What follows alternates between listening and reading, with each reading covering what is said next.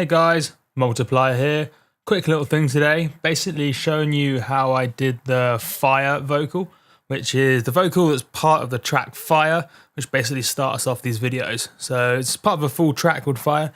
Definitely recommend checking it out. It's come out on my label on Beatport a few weeks ago, and then it's coming out pretty much everywhere else. I think it's tomorrow, so yeah. Pretty cool track, had quite a few people ask me how I did it. So yeah, here's how I did it. Right, so here's the vocal in question. So, and again. Pretty cool, right? Kind of Prodigy style, which was the kind of vibe I was going for. I was listening to a lot of Prodigy at the time, and I quite liked the I don't know what you call it, the character, I guess you call it, of the Prodigy vocals. So I kind of wanted to capture a bit of that energy, a bit of that vibe. So basically what I did is I got a ragga vocal saying fire them, or fire dem, if you're kind of Rasta too. Stretched it out, and then importantly, the texture is the warp mode you want. So texture basically means as you stretch it out, the Ableton Live does a bunch of processing and tries to keep the pitch kind of as you want it. And then kind of the algorithm it uses to do that is ideal for textures. So then by playing with this flux setting, and then by playing with this grain size setting, you can change the grain size and the flux, which won't necessarily mean anything to you, but if you start playing about with it, just stretch out a sample, play around with those two kind of settings, and then you have a feel for what they are. And that kind of allows you to determine the character, the texture, whatever you want to call it, kind of the sound, play around with those, and that's basically how I came up with that. Sounds slightly vocoded, but it's not really vocoded, that kind of vibe. And also pitched it up 4 semitones. So you see here with the transpose knob, it's pitched up 4 semitones. That gives it that slightly surreal, that kind of just higher pitch vibe. And I've noticed especially well, ragga vocals just sound really cool if you pitch them down or pitch them up. And pitched up ragga vocals is something that I've done quite a few times in my stuff. Don't hear many people doing it, but it's not exactly a super original thing, but I particularly like it, and that's what I did here. So yeah, pretty simple. Stretched out a vocal sample, which came from a sample pack, which was pretty well used sample pack as well.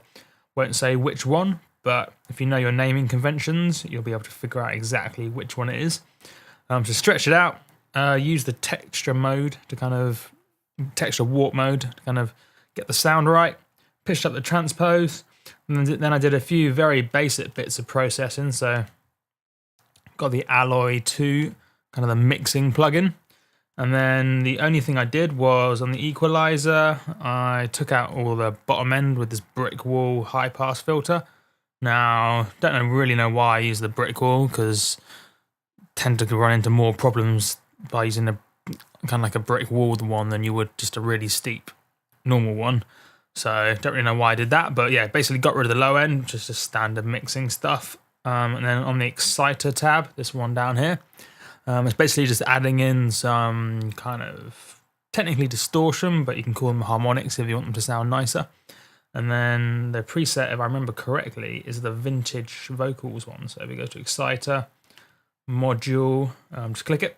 And then if you go to vintage vocals, then that'll be the kind of the preset I use, which is a preset, probably my favorite exciter preset within Alloy 2, but give them all a go depending on what you're doing, and yeah, that kind of gives it a bit of, I know what I do, I'll show you it with and without the exciter. So I just play it without the exciter,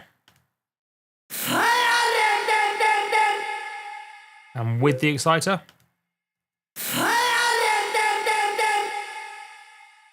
you can see basically it just gives it a bit more of that shine, a bit more character in the top end. It's really cool. And then if if you heard a bunch of my tracks, you'll know my favorite reverb preset in Ableton Live is this one, Bright Long Verb. So I chucked absolutely tons of that vocal into Bright Long Verb. So yeah, I got the send knob cranked right to max. and that gives it a lot of kind of long tail reverb with a lot of top end shine.